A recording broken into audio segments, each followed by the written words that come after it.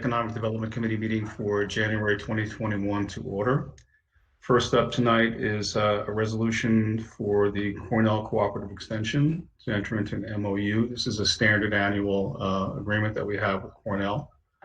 And my understanding is that the amount has been reduced this year from $500,000 to $400,000. Are there any questions about the MOU?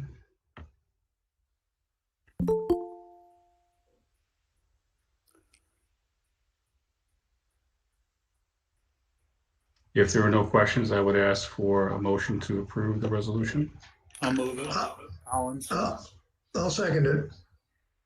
Okay, all in favor? Aye. Aye. Any opposed? Motion carries. Thank you. Second up, we have an appointment to the Workforce Development Board. Is that here? Yeah. All right, so we had a resignation, and the recommendation is to appoint Ron Valentine to that seat. And he's a representative of Questar 3. Are there any questions about that appointment? I'll move it. Riley, second. All in favor? Aye. Aye. Aye. Any opposed? Motion carries. Thank you. Next up is is Mike Tucker and CEDC. Mike, you have the floor. Good evening. Happy New Year. In the interest of time going forward, Supervisor Bury has requested that I consolidate my financial report in writing, and then giving you the opportunity to see a narrative summary and the actual reports. And then if you have questions, I'd be happy to answer them. If there are no questions at this point, certainly feel free to reach out and review them with me at a later date if you don't have questions at this point. If not, I will briefly look at the next page, which is the. Excuse me. There's a Jillian Black that's trying to get on. Do we know? Yes, he's one of the solar developers. Okay, thank you. I know. Thanks. Is he out there? Yeah. And Yeah. Mike, all right. And Mike, can you sit up closer to your microphone because I can't hear you. And you keep fading in and out. Oh, he left. Okay, Gillian, we've got you. Thank you. Okay, great. I apologize. I'm on the road headed to a meeting, so I'm just going to listen in and then I'll answer, but I can't do video. Sorry. That's great. Thank you. All right. Thanks. Mike Tucker, are you there? Yes, is that better? It's still faded. Can everybody else hear him okay? I adjusted the volume on my computer to hear him. Mine's all the way up, so. Okay. I can hear him. Okay. Good, fine. In any event, I also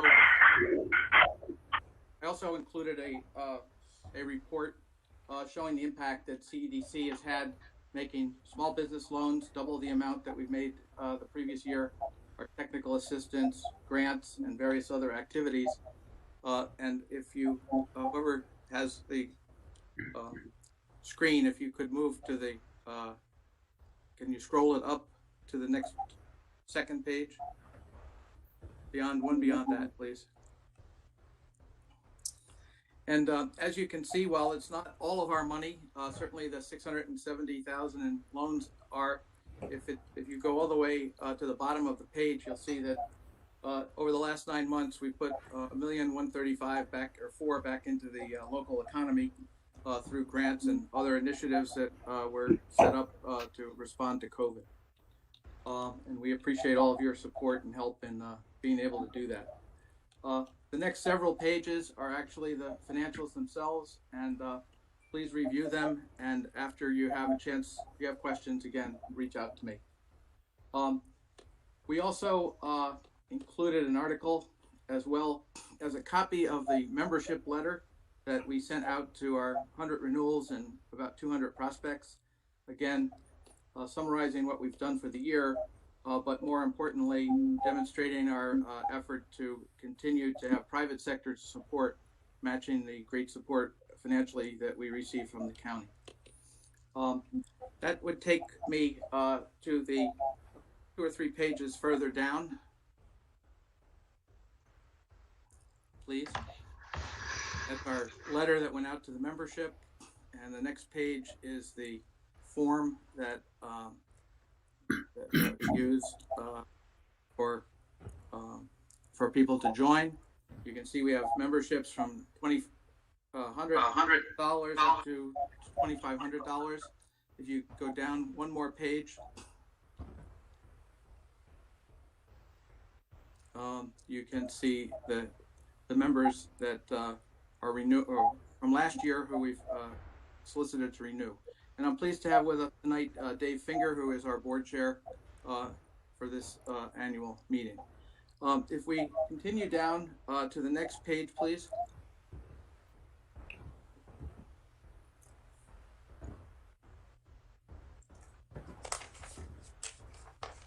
That would stop right there, please. At this point in the meeting on the agenda, we have 5 solar electric pilot agreements for your review and approval. We have 2 from East Light Partners, and Wendy DeWolf is here representing them. We have 1 project from Borrego Solar System, and we had invited Lindsay McIntyre. And then there are 2 projects from Eden Renewable with Gillian Black. These projects have all been approved, and they were previously introduced to you at our last meeting, but they've all been approved by the towns in which they're located. 4 of them are in Claverick, and 1 is in Livingston. You'll recall these are projects under 5, or they're 5 megawatt projects. They've all either had pilots approved or are in final stages of approval with the City of Hudson School District and the respective towns. These are projects where the developer under the state real property tax law had notified the municipalities of their plan to move forward. And under that legislation, a municipality would have had to have indicated within a 60-day window that they would like to participate in a pilot. These were early projects where the county had not responded in the time frame that was required, but the school district and the town have agreed that the county should participate on the same level they would have had they responded at the time. So if we just back up just a little bit, there's 2 examples here. As I indicated in my on the agenda, the respective towns and the Hudson City School District have negotiated pilots with respect to these projects, allocating the payments 50% to the school, 25% to the county, and 25% to the respective town. This is in addition to all the existing taxes that are on the vacant land, and these pilot payments do not affect in any way any special district tax payments. For your analysis, the 2 East Light partner projects had negotiated first, and they are priced at $3,000 a megawatt, and the town and the school district had already accepted that, and they were going to split it differently, but so the county doesn't really have an opportunity to reopen the negotiations here. But as you can see, the $15,000 based on a 5 megawatt project would be split over the 50, 25, 25, resulting in nominal taxes in addition to the tax on the vacant land and special districts, as shown on the nominal line, using a present value basis, as if they had paid it all in one sitting today, using the very low 2% escalator because of the interest rates a town could earn, not the 8% or 10% that a developer needs to make these projects work. You can see the amount of additional tax dollars that would be received. If we drop down to the next chart, Borrego and Eden Renewables, they in Eden's case, they offered 3,500, and in Borrego's case, they were that was an acceptable price per megawatt on which to base the 5 megawatt project. So again, these are projects in towns where the town has indicated both through their planning board process and their town board negotiations on the pilots that they would like to proceed with these under their home rule. And in most instances here, the county's participation, I won't say is gratuitous, but it is the result of the town, school district, and developer willing to include the county in this process, and the steps have been taken going forward that the county will be participating up front in these discussions going forward. Are there any questions? If I can just say, I did speak with Supervisor Guzzi and Supervisor Weigelt today, and they both did affirm what Mr. Tucker is saying, that their town and their school are in support of what's being presented to us and are asking us to pass it through. I similarly had that conversation last month with them, so they approve it, and that's important to me that the towns approve these before the county does. Me too. And I also want to thank Wendy DeWolf of Eastlight, because as you recall, the town was in a situation at Livingston where they had not been involved in the initial discussions. And when the county considered these proposals last month, and we tabled these resolutions, she went back and worked through a process to include the town of Livingston. So, I think we're all, everyone at the table here tonight is working in a cooperative way, and these projects are of a size that each of these towns are interested in having them. Mike, this is Supervisor Scott. I have a question for you. Yes. Did the CEDC get a copy of the results from when these solar projects were referred to the Farmland Protection Board? I believe all four of the solar projects in Clover and the one in Livingston had to go before the Farmland Protection Board to get their opinion on it. So these projects don't have to go before the Farmland Protection Board. It's not a requirement of their approval. Right. None of them are a requirement, but I sit on the Farmland Protection Board, so I know all 5 of these have come before the board. And 2 of the ones in Clover and the one in Livingston, the Farmland Protection Board voted against approving these projects. Can you explain why? The one in Livingston, the project is proposed on agricultural land that the state has deemed of significance, and as the Farmland Protection Board feels that any soil that is of statewide significance, that it is not appropriate land for a solar project. Once the land has been put into solar, is no longer available to actively farm.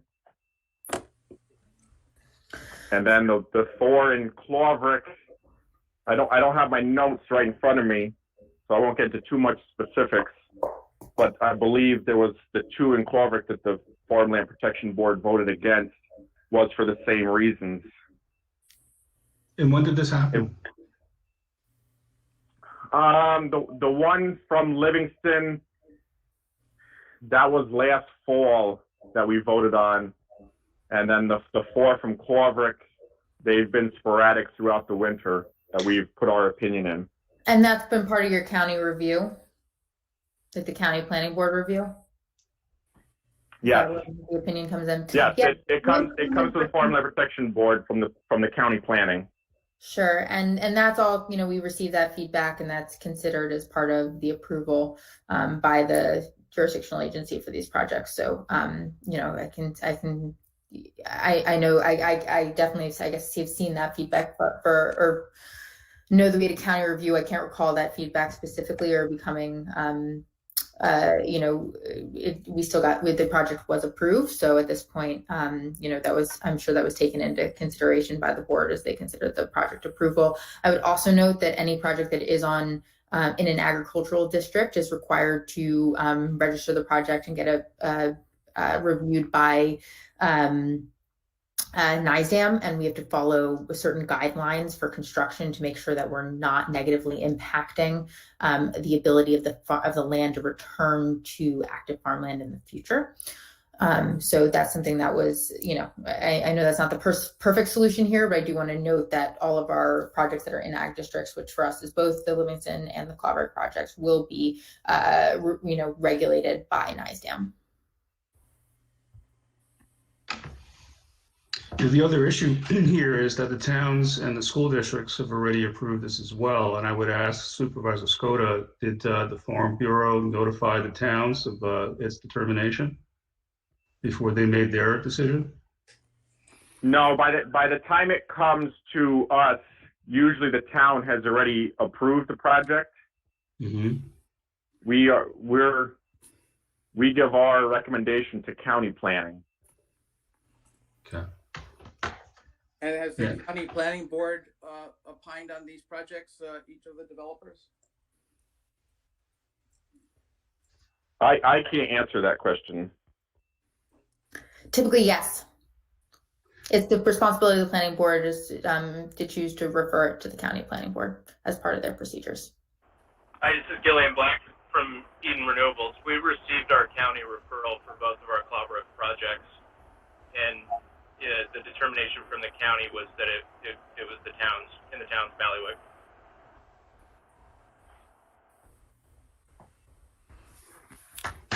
Okay. So I want to make sure that those documents exist, that the county planning board has approved these projects. Seems a little vague. So the planning board doesn't approve the projects, Linda. They give their recommendations on the project based on they usually provided a review of the project. But Rob's not on this call, is he? Because he would be the best to. Hey Ron, could you get a hold of Rob Fitzsimmons, please? Is there any way for you to do that? I can try. So I think I can help with that, though. I'm not sure that the process was followed exactly in these plans, but when the town sends something to the county planning board can make a referral, but the town planning board can override that referral if they choose to, and that may be what happened here. But without seeing any documentation, I don't know. So let me try to find Rob and see if I can grab him. Yeah, that for me is what I'd like to get clear. It's a little foggy, the procedure. Oh.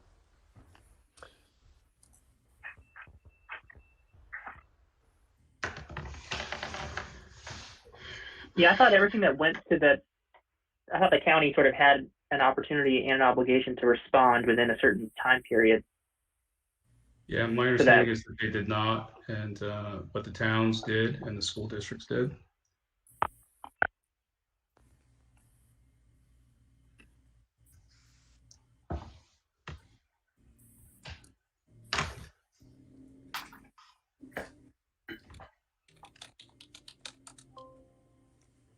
Do we know what months they would have gone to county planning? Because they have their meetings they have minutes online, but they're segregated by month.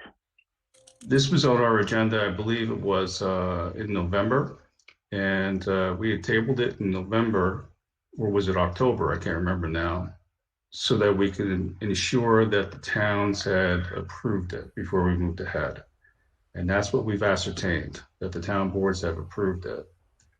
This is all new. What Supervisor Skota is bringing up now, it's new to me, that this is out there.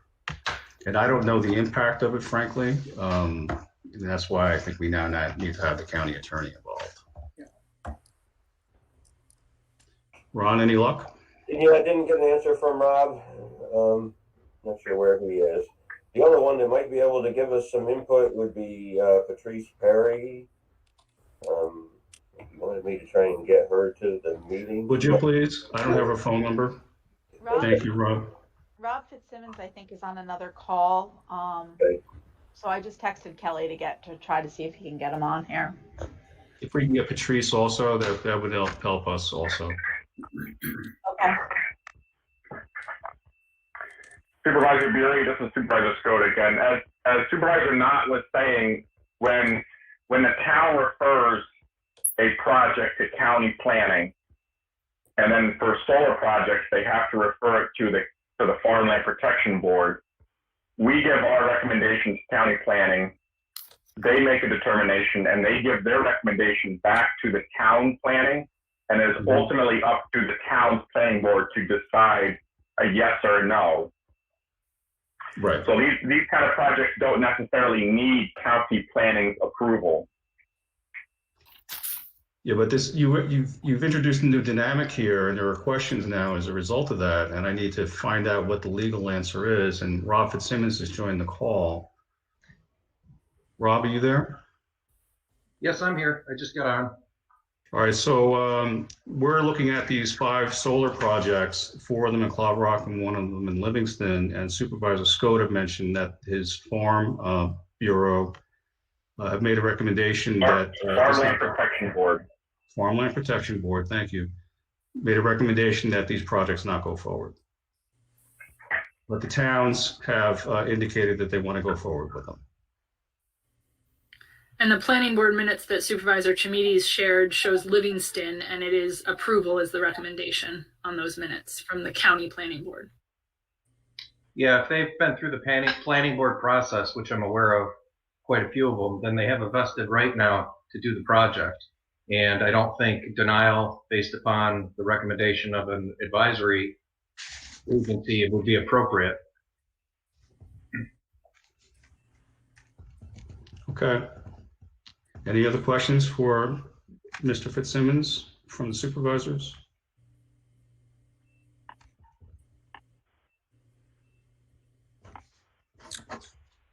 No? Okay. Mr. Chairman, I had a question. Sorry, I was on mute. What is our role then exactly in pushing this to the full board? If we don't, yeah, we're just going to go ahead and make a recommendation that it go to the full board with resolutions.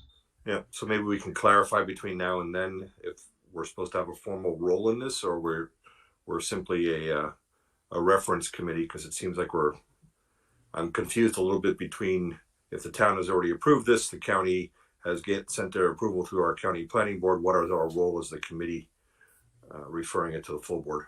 It's only to approve the financial terms of the payment in lieu of tax agreement.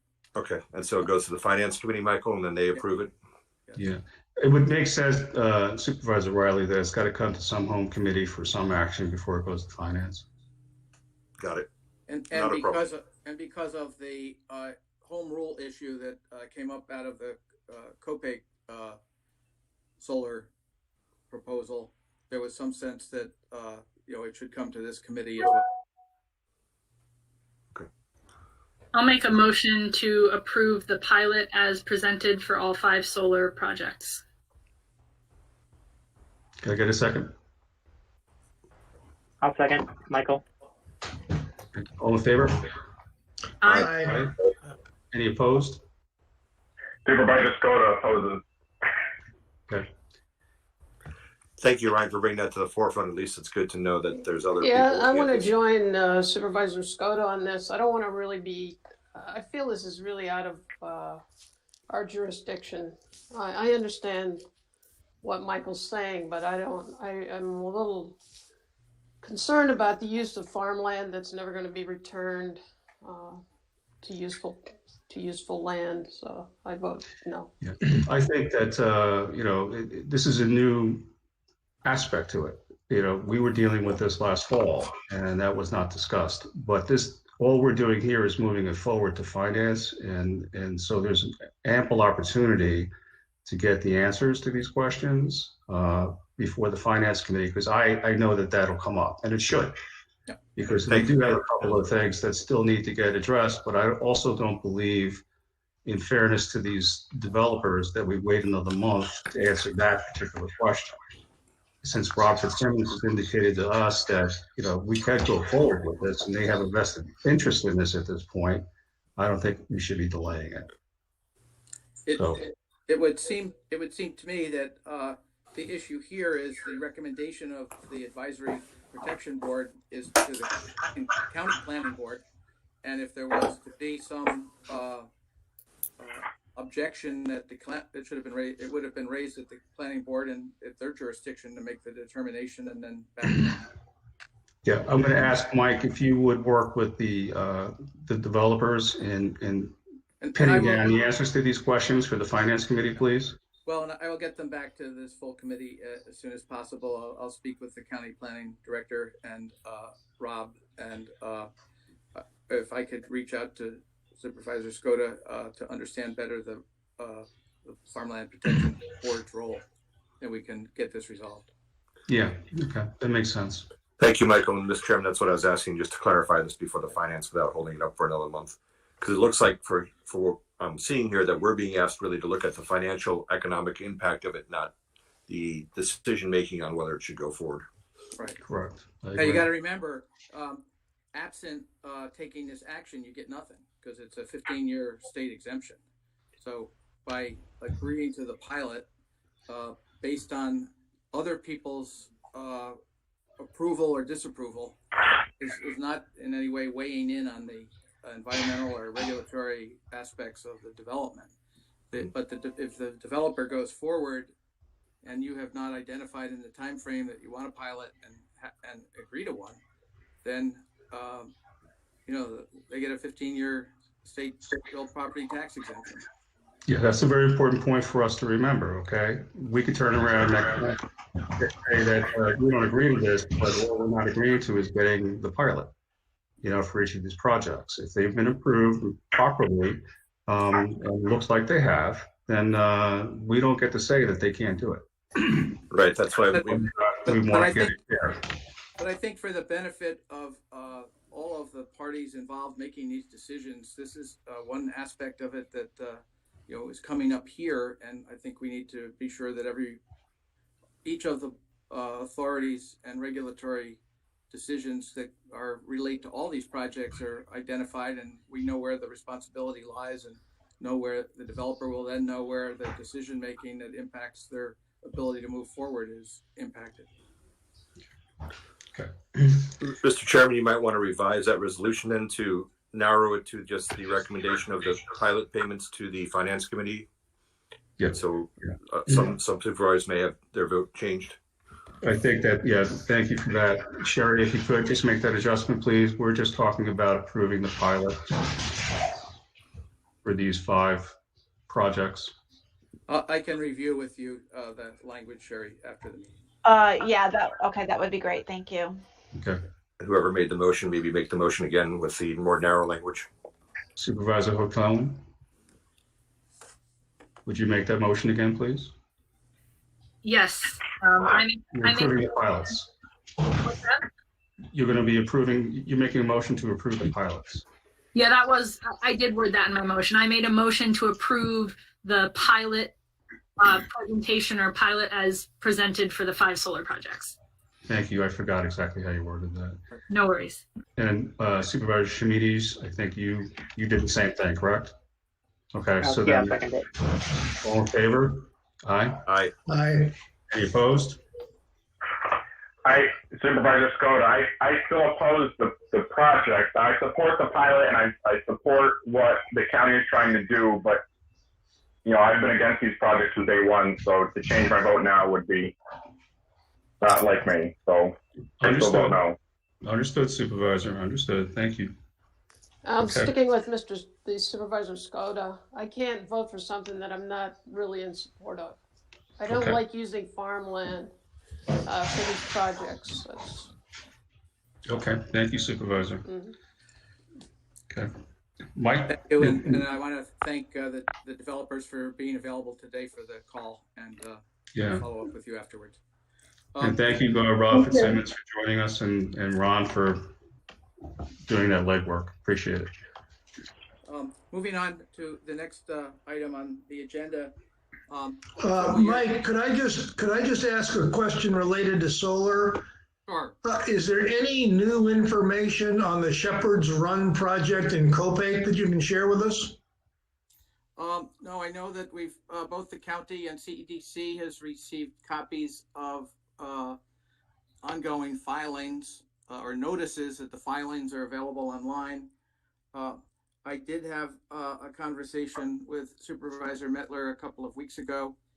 And I did have a call from two gentlemen who indicated they were forming a pro-solar group in Columbia County. With all due respect, they didn't seem as organized or as active as the group that's opposed to solar projects, or not. And I shouldn't say opposed to solar projects, opposed to the Copake solar project. It was the group is responsible solar for Columbia County. So, but I will get an update and circulate that to the committee in writing in between the next meeting. Okay, just a question for Ryan Skoda. Ryan, has this Shepherd's Run project come before the Farmland Protection Board yet? So the project that's in Copake or Prairieville, that has not and will not come through the Farmland Protection Board because that project is not going through the home rule. That project is being put in through the Article exemptions the state put in a year ago. Okay, thank you. Yeah, over 25 megawatts, it gets, there's no local control, and the local control gets even less if the implementation of the additional statute gets impacted. Any other solar questions, Mr. Chairman? I had one. Speaking of Shepherd's Run, I just wanted to make sure and reiterate what you have said previously, which is that if Copake, which obviously doesn't support it, that the county will and the CEDC will back up the town's position on that, correct? That's my, that's our understanding, and in particular, the IDA is the one that, who has the authority to issue a pilot independent of the municipalities through this process. So, while we're certainly, that's our position, and I believe, we continue to educate the IDA members, and they have a meeting next week. So it will certainly be on the agenda for that meeting. But I believe what you have said is accurate from everything I know. From my perspective, Supervisor Hoefling, that is exactly correct. When we talked about these 5 projects last time it was on the agenda, we tabled it to determine if the town boards had approved it. So I strongly feel that it has to be approved by the town before the county would. And I think that, I had a conversation at the request of Supervisor Mettler with Chairman Morrell and Attorney Fitzsimmons. And I asked them what they felt was the criteria for any other entity reviewing this as to what determines whether a town opposes or supports a particular project. And, the attorney for the town of Copake handling the solar matter indicated that they felt that a project that was inconsistent with town zoning or comprehensive plan should be the trigger. But I said, is it a vote of 7-0 on the town board? Is it 5-4? Is it how is another group going to evaluate? Is it a vote of the citizenry? We're never going to find 100% agreement, and so it becomes a subjective test for someone. But zoning law is pretty specific.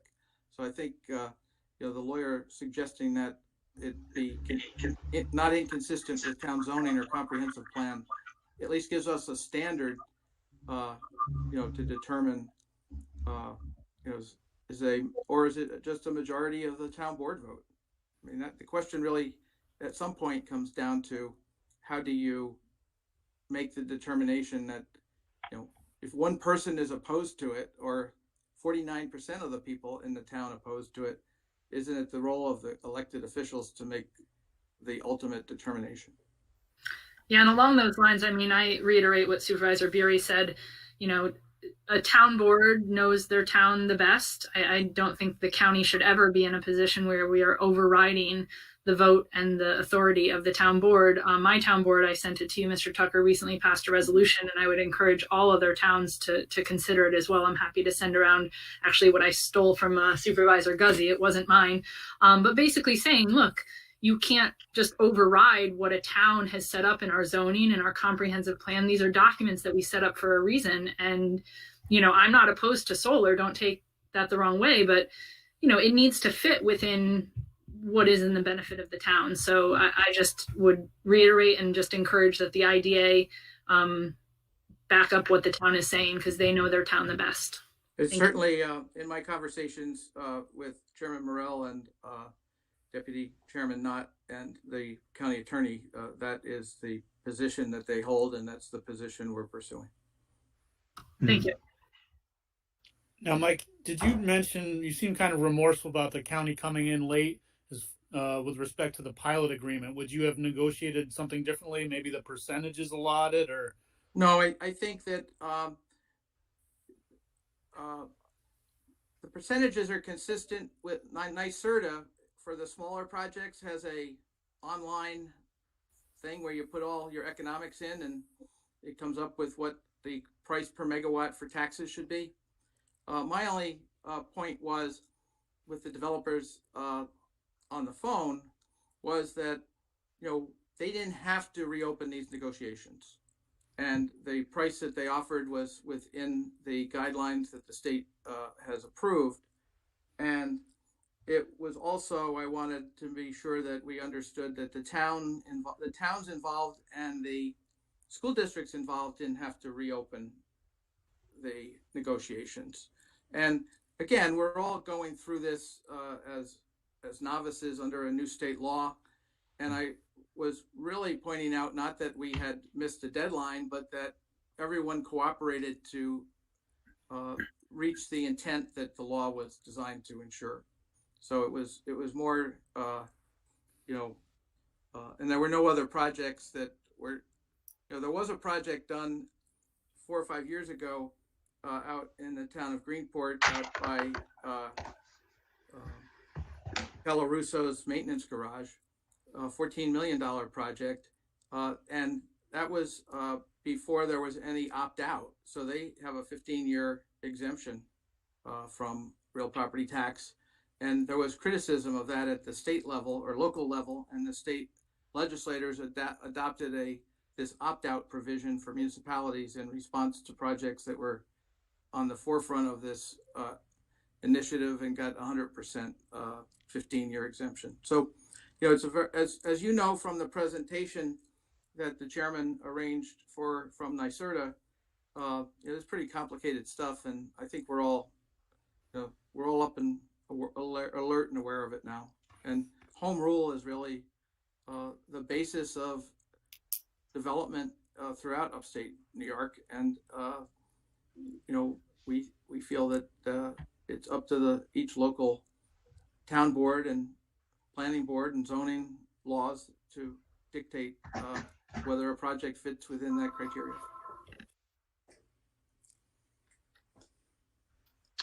Okay, any other solar question? Mike?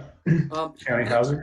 Next up is to CEDC, as you know, is a 501c3. It's an independent entity, but we do have a contract to provide services to the county, and our contract is up for renewal in 2021.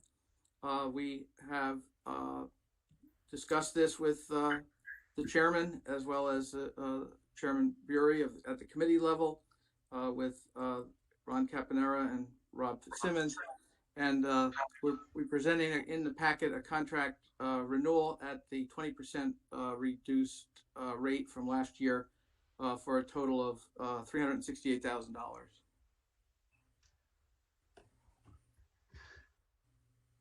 Yeah, that is a 20% cut Right. from what they previously received. Right. Are there any other questions about the contract? The contract itself was in the second packet, so that we didn't have to, you know, try to roll through on the screen individual 20-page contract, but it's the same contract form as last year. Obviously, if you approve it here, it will be presented to the full board. All contracts approved by the full board need to have the review by the county attorney. But it's just like with the Cornell Cooperative contract, we need the committee's approval. And it would be done, you're going to do a resolution also, it's got to go to finance. Yes. Okay. Could I get a motion to approve CEDC's contract for 2021? I make the motion. One additional question, will there be a 20% reduction in the services provided as well? No. Just thank you. Good question. And I'll tell you why. In both years, we've been fortunate to qualify for PPP money. So your federal tax dollars are at work. Wonderful to hear. Thank you. I'll second the motion. All in favor? Aye. Aye. Any opposed? Motion carries. Thank you. The next item is several years ago, Chairman Morell asked me to participate in discussions with Social Service Commissioner Gibson, Supervisor Schmides, and Supervisor Hughes at the time, and also Brenda Adams before she became a supervisor in her role at Habitat for Humanity, to begin to look at affordable housing issues in the county.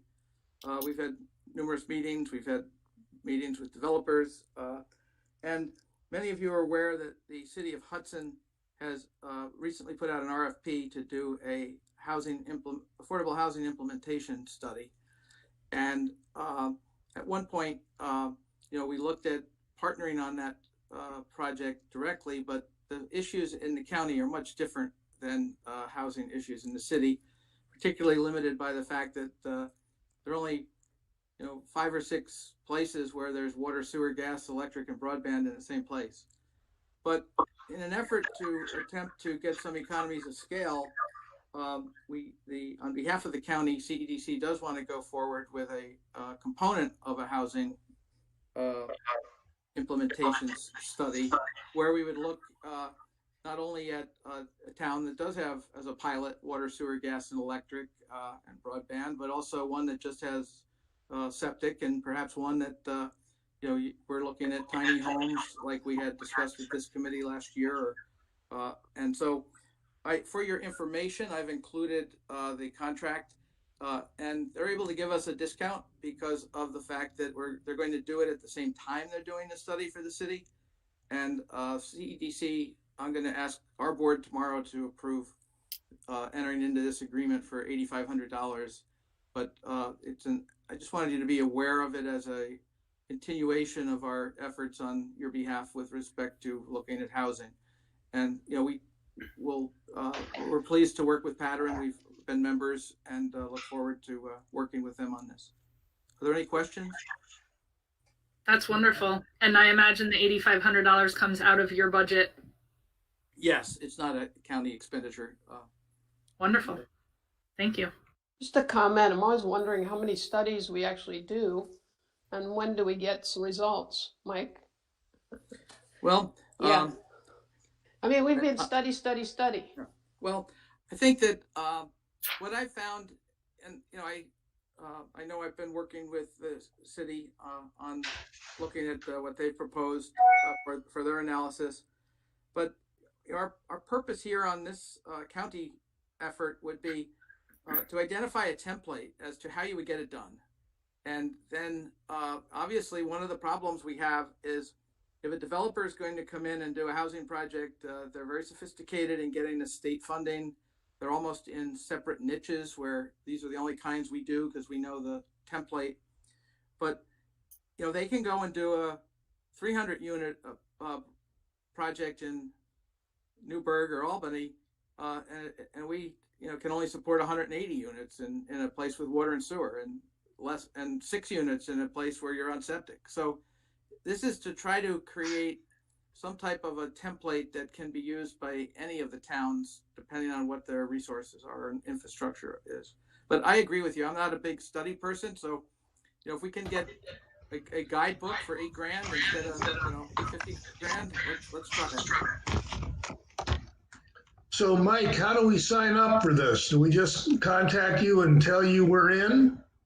Well, once we get, we're going to, once we get the project underway, we'll be in consult with all of you because again, it's going to be a 3 or 4 project template that you, not some towns would use components of it. And then this ties into the next item I'm bringing up, and that's that CEDC and Patterns are going to apply for a USDA economic development grant that would enable us to provide economic development support at the city and town level. That's what we're looking at now with the presentation. I was about to ask that because it's more than just housing then. Right. Well, they're separate. They're 2 separate proposals. The USDA grant, I had indicated in talking to them about housing, I told them I was applying for that because my mirror image organization in Saratoga just got a $90,000 grant for this. And again, we're trying to find ways to generate revenues to ensure that we continue the level of service, even recognizing the need for cuts from government. But they said, well, we were going to apply. And I said, well, they said, why don't you apply and we'll do the work? I said, well, I was trying to use the money to hire someone to help us make up for the work that we weren't doing because of our budget cuts. So they agreed that we would split it, and they bring a lot of veracity to our application because of their reputation for 35 years in the Hudson Valley doing this kind of work. And so we're optimistic, but again, it's a work in progress. And but the intent would be that it would enable us to have a staff person that could come out and do town economic development meetings with you, could get a database of research of data that's available to you, and be more of a point person. And recognizing that in the towns, we're not. It's not going to enable us to have an economic development person in each town full time. Mike, I think this is a terrific idea, and I think it could hopefully lead to the CEDC creating a countywide economic development council of all the towns that meets on a periodic basis, maybe quarterly, with representatives from every town to talk about economic development. And the Environmental Management Council is a good management. It's a good model for this. And I've talked to a lot of supervisors over the years who would very much like to participate their towns in some kind of a countywide economic development forum led by and coordinated by your organization. Well, thank you. My understanding is 15 years ago or more, there was such a group. And because I think I've worked with some of you where by taking the real property, commercial and industrial tax roll maps, it's pretty clear what businesses are in town except for those that are renting. And, it's like running a congressional race. I mean, it's finite, and you just have to get on the ground and do it. But again, these are things that we're going to do through CEDC, but your funding does, provide us the facilities and the ability to open the doors and have the franchise to do things like this. And I wanted to make you aware of it. Hey, Mike. Hey, Mike, is the city included in this grant? Because it's 18 towns. Is the city of Hudson included in the economic development grant? We're trying to see if you're eligible based on the USDA criteria, but certainly, again, it's the main attempt is to have templates that then we can, use in each of the. Because if you even with 100 and say you got 120 grand or 100 grand and you divided it by 18 towns, 3 villages, and a city, I mean, it's more about getting capacity than dividing out the work on an hourly basis. So there'll be benefits to the city either way. But we have to see if the grants have any. The grant funding is for rural towns, so I don't know if we're trying to figure that out now. Okay. Supervisor Hoagland, did you have something for Mike? Yeah, I just wanted to know if this program goes through, would you as the CEDC then work with each of the town's economic development committees to work on what exactly each town needs? Okay. Right. My thought was you'd start by doing, use most of you have economic development committees, and we would, come in and, not personally, but have someone facilitate a 3 or 4 session economic development strategic initiative, which basically the first meeting or two is, what do we have? And, who are we, where do we want to go, and how do we get there? And again, once that gets started, the only thing that you need to develop is the data that's different for each town. And, that's, and then, come in and individually host the meeting so you get the direct input for those that's specific to each community. Great. And I like Supervisor Basson's idea of then, quarterly tying that together so you're sharing best practices and you're sharing problems or solutions that each town has, but might not realize someone else is further down the road on. Somewhat like what we're trying to do with broadband with some of the work that's being done in Ankrum. And then, because to go out and try to do it all at once in every town is not going to be a success. I think if we can build capacity and then take it from town to town. And one thought was if we divided the county into 4 quadrants and, 3 or 4 towns that are joining work together on this effort, it might be useful as well. Did I see Joe Chaika's name in here? Is he going to be the focal person from Patterns?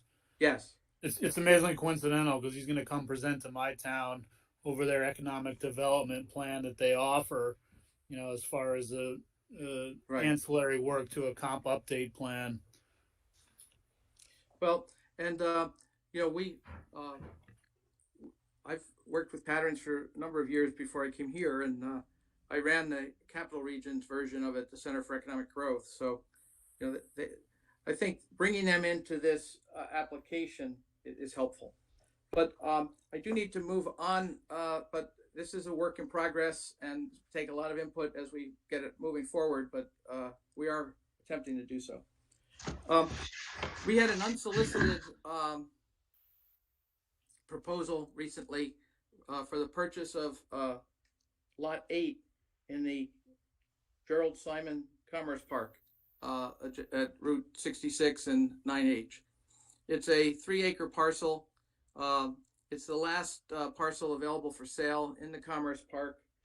I don't want to mention the price that was offered in a public meeting, and I don't want to go into executive session, but we can at some point to discuss the sale of real property. But the price is certainly worth moving forward and exploring the possibility of a sale.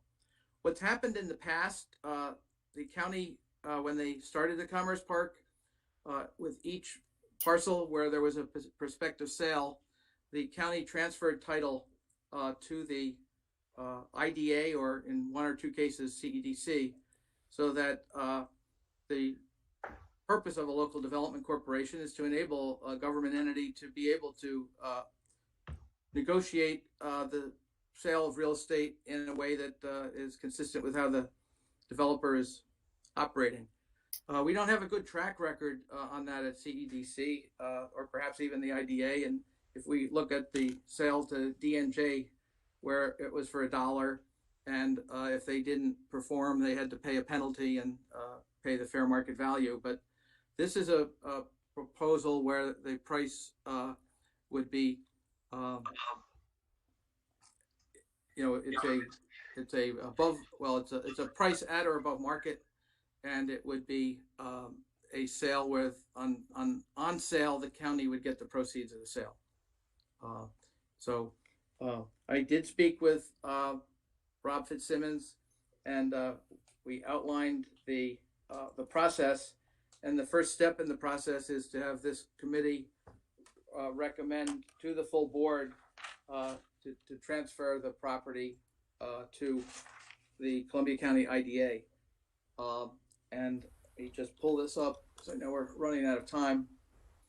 Um,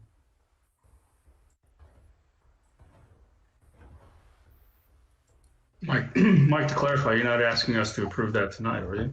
well, we are because this fellow really wants to get started, and Then I think we're gonna have to go into executive session to talk about numbers. yeah, okay, we can. We can't just do this. Yeah.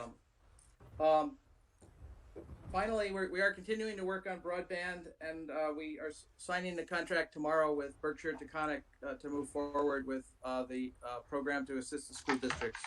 But if we could go into executive session for the purpose of discussing the sale of real estate. I'll make a motion to enter into executive session. I'll second. All in favor? Aye. Aye. Sherry, Oswaldo?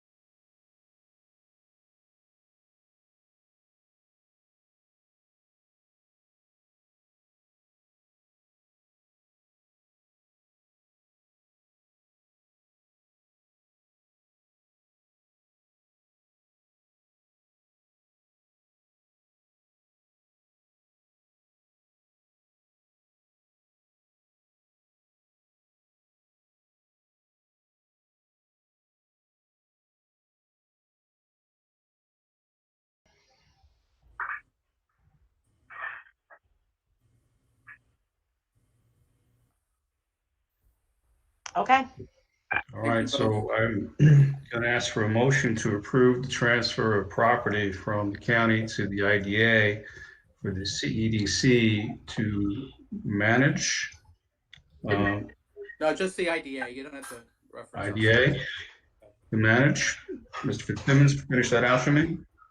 For the IDA to look for potential sale to a third-party buyer. Can you repeat that one more time, please? Sure, a motion to authorize the transfer of property within the Commerce Park to the Columbia County IDA for contract listing and sale to a third party. I'll make that motion. I'll second. All in favor? Aye. Aye. Any opposed? Motion carries. Thank you, Rob, for your help with this. Yeah, thanks, Rob. I appreciate it. No problem. All right, folks, do we have anything else?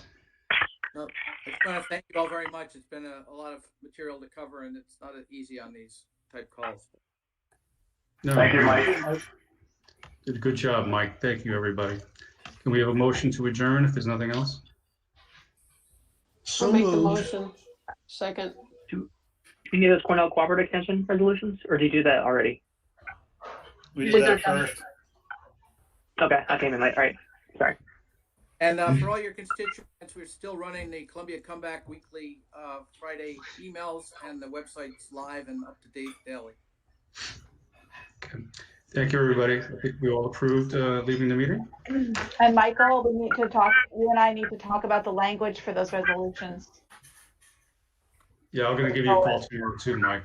All right. Thank you, everybody. Have a good night. Thank you. Good